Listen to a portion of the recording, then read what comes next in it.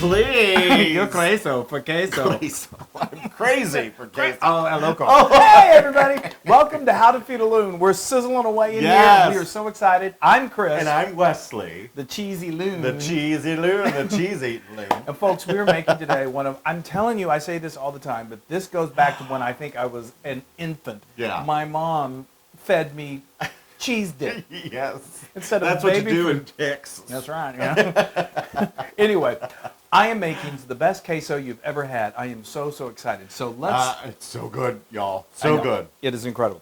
So let's just jump right in. Let's do it. Let's do it. So let me tell you how I did it. I started off with the base of this, and first of all, we're not using.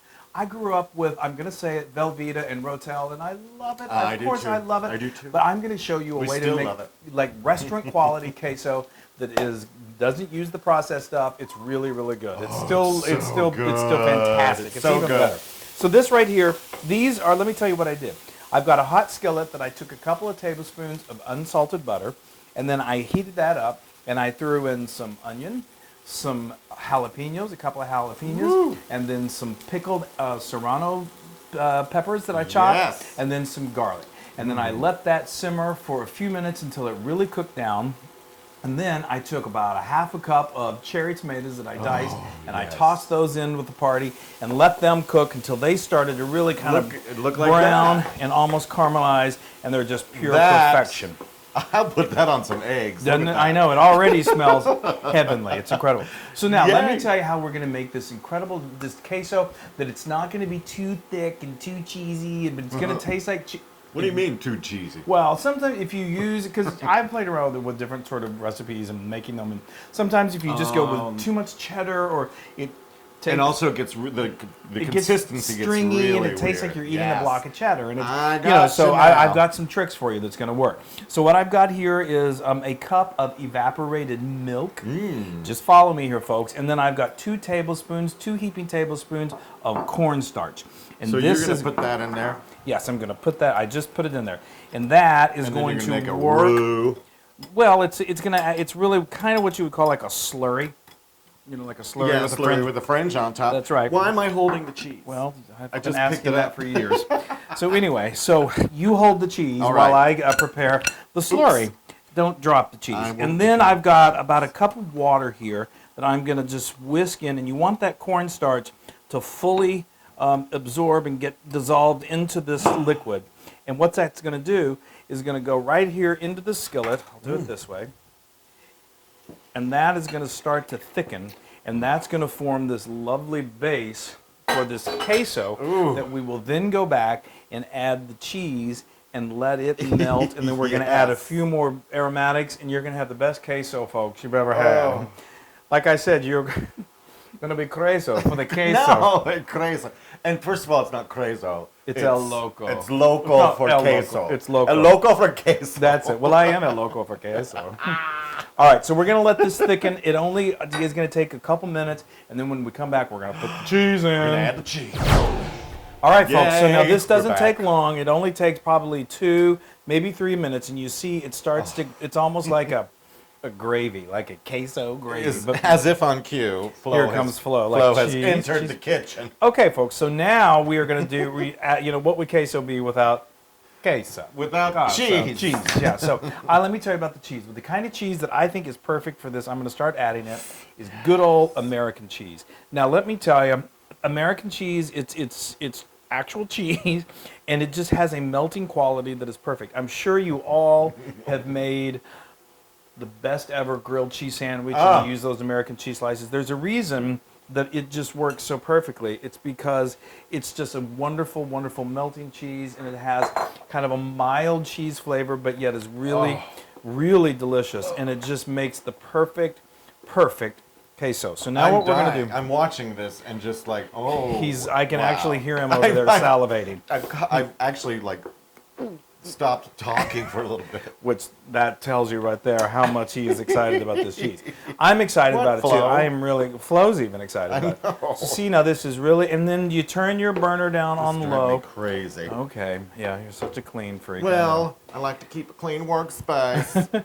Let's get Flo down there. Yeah. That's what you like. That's So anyway, so you see this is starting to melt into pure beauty. And what's great about this is that sometimes if you don't use this technique, it'll get nice and melty, but then once it cools off, it turns into like it coagulates and it becomes it turns into like a cheese log. or like a hard piece of like glue or something. Well, It's then just- you could save it for Christmas, like a cheese log. Well, you could.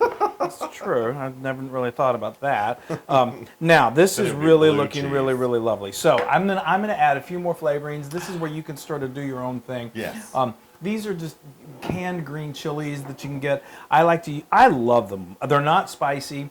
They're not. And again, speaking of spice, now if you're, this is I think very mildly spiced. It's got like 2 jalapenos that I've diced in it. It's got those serrano chilies. If you're like, I can't handle spice, then you pull back on that. Yeah, You you sautéed that. it really, and the key thing with that, where you get all the heat in jalapenos, fresh jalapenos, is in the ribs and the seeds. So I was very careful to get those ribs out of there and get those seeds out of there. And it still has enough heat to give it just enough beautiful flavor, but it's not too much. That looks so good. I've got some cilantro here. Now I know some people are like, oh my God, I hate cilantro. But this, again, this is just a little bit. It's probably it all fits together perfectly. it really y'all. does. It's about 2 tablespoons, and the way I always like to cook is, there's no one particular ingredient that's dominating the other. No. And then this is just some seasonings. I've got some kosher salt. I've got some ground cumin, which I think is a secret to making this really good. And then I've added a little bit of cayenne pepper just for a little bit of kick. But like I said, I think the cumin. Wait a minute, you missed some. Oh, that's okay. This is, it's queso, so you can kind of eyeball it if you want. Do whatever you want to. And we should just remind you that, of course, get the complete measurements and the full set of instructions on howtofeedaloon.com. Right. Now, is that not look? It's so That's- silky. It's silky. All right, it's perfect. So now what we're going to do is we're just this going is to where you're gonna. This is where you're gonna. Be careful. We is don't where I'm want gonna be cheese careful. everywhere. Okay, well, thanks for the pointer. I really appreciate that. You know, I could just take my chip and. Well, you could, but I'm all about presentation. I'll put that right. right there. All right. That looks gorgeous. Now, that is a perfect bowl of queso. I know. And then you want to get a little pico. I love a little pico de gallo. Oh, just sprinkle hello, it on pico. top, for attractiveness. Thinking. If sort of like I am often when I'm cooking Stop. with you. So anyway, You there do you not- go. Look, it's right there. Isn't it's that adorable. beautiful? That is It is perfect adorable. bowl of queso. Now just wait till you taste it. And I'm so jealous because dive in, y'all. literally. Put this in a little crock pot at your next party. That looks it stays. so It's good. so Oh, I'm good. getting And this it. is, I'm telling you, I went in for your that. local Tex-Mex restaurant, they're good. This is just as good, I think. Shh, quiet, Tell me. quiet, Okay, quiet. okay.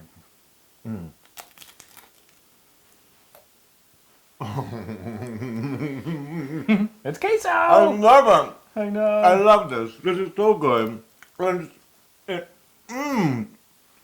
It packs a flavor punch, right?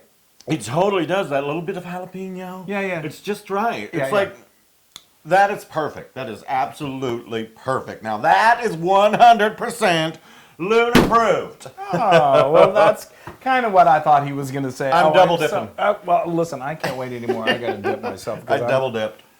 You can double Just dip. that. Oh, yeah. I can keep turning on. Yeah.